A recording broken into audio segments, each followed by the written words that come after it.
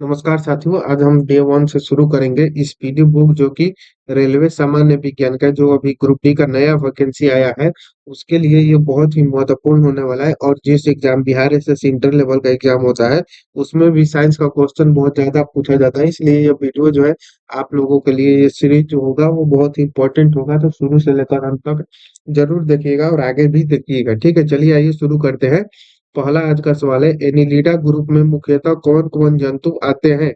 तो एनिलिडा जो ग्रुप है उसमें मुख्यतः रूप से जो है जोंक और केचुआ जो है वो एनिलिडा ग्रुप के जंतु हैं। अगला है अर्थोपोडा। अर्थोपोडा ग्रुप में जो होते हैं मुख्यतः कौन कौन जंतु आते हैं। तो इसमें जो है तेलचट्टा, मच्छर, खटमल, मक्खी, ये जो है अर्थोपोडा ग्रुप में मुख्यतः आते हैं। अगला है मोलस्का ग्रुप के अंतर्गत मुख्यतः कौन कौन से जंतु या कीट आते हैं। तो इसके अंतर्गत जो है घोंघा और सीपी आते हैं। अगला है इकाइनोडर्मेटा संघ के अंतर्गत मुख्यतः कौन कौन से जंतु आते हैं। तो इसके अंतर्गत तारा मछली और ब्रिटिल स्टार आते हैं। अगला सवाल है, मनुष्य का पाचन क्रिया का प्रारंभ कहाँ से होता है। तो इसका प्रारंभ जो होता है वो मुख से होता है। शिराएं द्वारा कौन सा रक्त प्रवाहित होता है। तो शिराएं द्वारा जो है वो अशुद्ध रक्त प्रवाहित होता है। धमनी द्वारा कौन सा रक्त प्रवाहित होता है। तो धमनी द्वारा जो है वो शुद्ध रक्त प्रवाहित होता है। अगला सवाल है, कौन सा विटामिन जो है जल में घुलनशील है। तो बी तथा सी जो विटामिन है वो जल में पूरी तरह से घुलनशील है। सोडियम का कार्य क्या है। तो सोडियम का कार्य है यह रक्त दाब नियंत्रित करने में सहायक होता है तथा जल का संतुलन बनाए रखता है। अगला सवाल आरआरबी चेन्नई 1992 का है, पोटेशियम का कार्य क्या है। तो पोटेशियम का कार्य है कि हृदय की धड़कन, ये पोटेशियम का कार्य क्या करता है। तो हृदय की धड़कन एवं नाड़ी संस्था के कार्यों को संचालित करता है। ग्लूकोज बिना ऑक्सीजन की उपस्थिति में मांसपेशियों में प्रतिक्रिया कर क्या बनाता है। तो लैक्टिक अम्ल बनाता है। ग्लूकोज बिना ऑक्सीजन की उपस्थिति में बैक्टीरिया या यीस्ट से प्रक्रिया कर क्या बनाता है। तो इथाइल एल्कोहल बनाता है। ग्लूकोज जो होता है वो बिना ऑक्सीजन की उपस्थिति में जो है बिना ऑक्सीजन की उपस्थिति के ही बैक्टीरिया या यीस्ट से प्रक्रिया करके इथाइल एल्कोहल बनाता है। अगला सवाल है, ऑक्सीजन की उपस्थिति में ऑक्सीजन की जो है उपस्थिति में ग्लूकोज की प्रतिक्रिया होती है तो क्या बनता है। तो ऑक्सीजन की उपस्थिति में ग्लूकोज की प्रतिक्रिया होगी तो कार्बन डाइऑक्साइड और जल का जो है निर्माण होगा।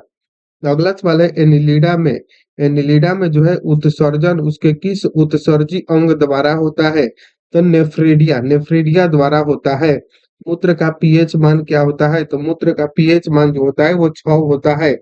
बहिस्रावी एवं अंतःस्रावी दोनों जो है वो प्रकार ग्रंथि होती है। तो बहिस्रावी ग्रंथि और अंतःस्रावी ग्रंथि जो है वो किस प्रकार की ग्रंथि है। तो यह जो है अग्नाशय है। पीयूष ग्रंथि या पिट्यूटरी ग्रंथि को किस अन्य नाम से जाना जाता है। तो इसका अन्य नाम जो है वो क्या है। इसका अन्य नाम जो है वो मास्टर ग्रंथि है। स्प्रिंग को जो है अपनी सामान्य लंबाई पर वापस लौटने के लिए लगने वाला बल कहलाता है, क्या कहलाएगा। तो प्रत्यानन बल कहलाता है। जब स्प्रिंग जो है वो अपनी सामान्य लंबाई पर वापस लौटता है। अगला सवाल है, पौधे के लिए सबसे अच्छा उर्वरक कौन सा है। तो कंपोस्ट जो है वो पौधे के लिए सबसे अच्छा उर्वरक माना जाता है। पेट्रोलियम किस प्रकार की चट्टानों में पाया जाता है। तो पेट्रोलियम जो है वो अवसादी चट्टानों में पाया जाता है। गुब्बारों को जो है उड़ाने के लिए काम में लाई जाने वाली गैस कौन सी है। तो हीलियम जो है वो गुब्बारों को उड़ाने के लिए काम में लाई जाने वाली गैस है। अगला सवाल है, डीडीटी डीडी डीडीटी का उपयोग किस रूप में किया जाता है। तो इसका उपयोग जो है वो कीटनाशी रूप में किया जाता है। इथेनॉल के अत्यधिक सेवन से कौन सा अंग प्रभावित होता है। तो इथेनॉल के अधिक सेवन से जो है यकृत यानी कि लीवर जो है प्रभावित होता है। सभी अम्लों में अनिवार्य रूप से पाए जाने वाला पदार्थ कौन है। तो हाइड्रोजन यानी कि H2 जो है वो सभी अम्लों में अनिवार्य रूप से पाए जाने वाला पदार्थ है। आग लगने तथा फैलने के लिए सबसे कम संभावना किस वस्त्र में होती है। तो सूती वस्त्र में जो होता है आग लगने तथा फैलने की संभावना जो होती है वो सबसे कम होता है। लोहा का सबसे महत्वपूर्ण स्रोत कौन सा है? तो लोहा का सबसे महत्वपूर्ण स्रोत जो है वो हरी सब्जियों में भी पालक जो है पालक को सबसे महत्वपूर्ण माना जाता है। अगला सवाल है गैसोलीन। गैसोलीन को किसके साथ मिश्रण करके गैसोहॉल बनाया जाता है? तो इथाइल अल्कोहल यानी कि गैसोलीन को जो है वो इथाइल अल्कोहल के मिश्रण के साथ गैसोहॉल बनाया जाता है।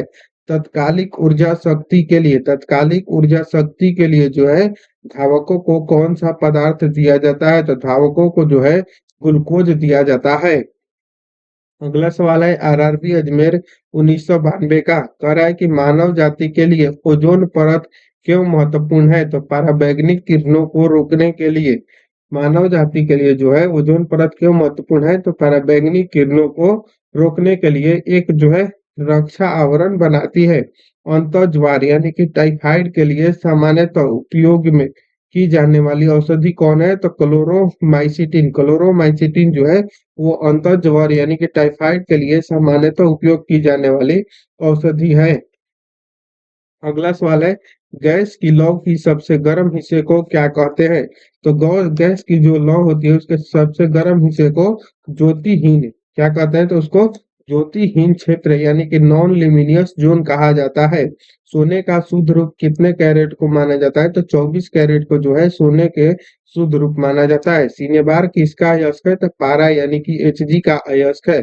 शरीर के ताप का नियंत्रण किसके द्वारा होता है? तो हाइपोथैलेमस द्वारा जो है शरीर के ताप का नियंत्रण होता है। लाल अस्थि मज्जा में किसका निर्माण होता है? तो लाल रक्त कणिकाओं का निर्माण होता है लाल अस्थि मज्जा में। अगला सवाल है कशेरुक दंड में कितनी हड्डियां होती है? तो कशेरुक दंड में जो है वो कुल 33 हड्डियां होती है। बीसीजी का पूरा नाम क्या है? तो बीसीजी का पूरा नाम है बेसिल्स कैलेमेंट गिवरिन। अगला सवाल है एथलीट फुट नामक रोग जो है वो किससे होता है? तो कवक द्वारा होता है। तमा यानी कि अस्थमा नामक रोग किससे होता है? तो कवक द्वारा होता है। फाइलेरिया नामक रोग जो है किस कारण से होता है? तो फाइलेरिया नामक जो होता है रोग वो कृमि यानी कि वर्म के कारण होता है। जब एक वस्तु की वेग दोगुनी की जाती है तो उसकी गतिज ऊर्जा क्या होता है? तब जब आप वस्तु का वेग दोगुना कीजिएगा तो उसका गतिज ऊर्जा जो है वो चौगुना हो जाएगा यानी कि काइनेटिक एनर्जी के बराबर 1/2 mv² पे ये सवाल बनता है। अगला सवाल आरआरबी कोलकाता 1992 का है। कह रहा है कि सूत्रकनिका जो है उसको अन्य नाम से भी जाना जाता है वह है माइटोकॉन्ड्रिया यानी कि सूत्र माइटोकॉन्ड्रिया का अन्य नाम जो है वो सूत्रकणिका है। वट वृक्ष पादपों के जो है किस वर्ग में आता है? तो यह आवृत्ति बीजी यानी कि अंगी और फर्श में आता है। फ्लेम ऑफ द फॉरेस्ट यानी कि वन की ज्वाला का अर्थ क्या है? तो ऐसे पेड़ से भरा वन जो पतझड़ में फूलते हैं और लाल फूल बिखरते हैं। पेनिसिलिन किससे बनाया जाता है? तो पेनिसिलिन जो है वो कवक से बनाया जाता है। लाइकेन को दो जीवधारियों का सहजीवी सहचार्य समझा जाता है। वो दो जीव कौन कौन से हैं? तो शैवाल एवं कवक। शैवाल एवं कवक जो है वो लाइकेन को दो जीवधारियों का सहजीवी सहचार्य समझे जाने वाला है। आमतौर पर जो है संश्लेषित वृद्धि माध्यम और बेकरी में काम लाए जाने वाला एगार किससे प्राप्त होता है? तो यह जो है शैवाल से प्राप्त होता है। अगला सवाल है लौंग किससे प्राप्त होता है? तो लौंग जो है वो पुष्प कली से प्राप्त होता है। अनशन अनशन या उपवास की लंबी अवधि के दौरान शरीर में अशर्करा वर्गीय पूरावर्ती से जो है पक्षा शर्करा यानी कि ग्लूकोज का मधुजन यानी कि ग्लाइकोजन बनने की विधि क्या होता है? तो इसको जो बोला जाता है वो ग्लूकोन वजनन बोला जाता है। सभी जीवधारियों में पाए जाने वाला कौन सा यौगिक है जिसमें भरपूर मात्रा में जो है फास्फोरस पाया जाता है? तो न्यूक्लिक अम्ल जो है वो सभी जीवधारियों में पाए जाने वाला यौगिक है जिसमें कि भरपूर मात्रा में फास्फोरस पाया जाता है। अगला सवाल है भारत में केंद्रीय धान अनुसंधान केंद्र कहाँ है? तो यह कटक यानी कि उड़ीसा में है। कहाँ पर? तो कटक उड़ीसा में है। आगे का सवाल जो है वो हम लोग अगले वीडियो यानी कि डे 2 कल करेंगे। इतना सवाल आप लोग अच्छे से याद कर लीजिएगा। मिलते हैं नेक्स्ट वीडियो में, तब तक के लिए जय हिंद। Thank you.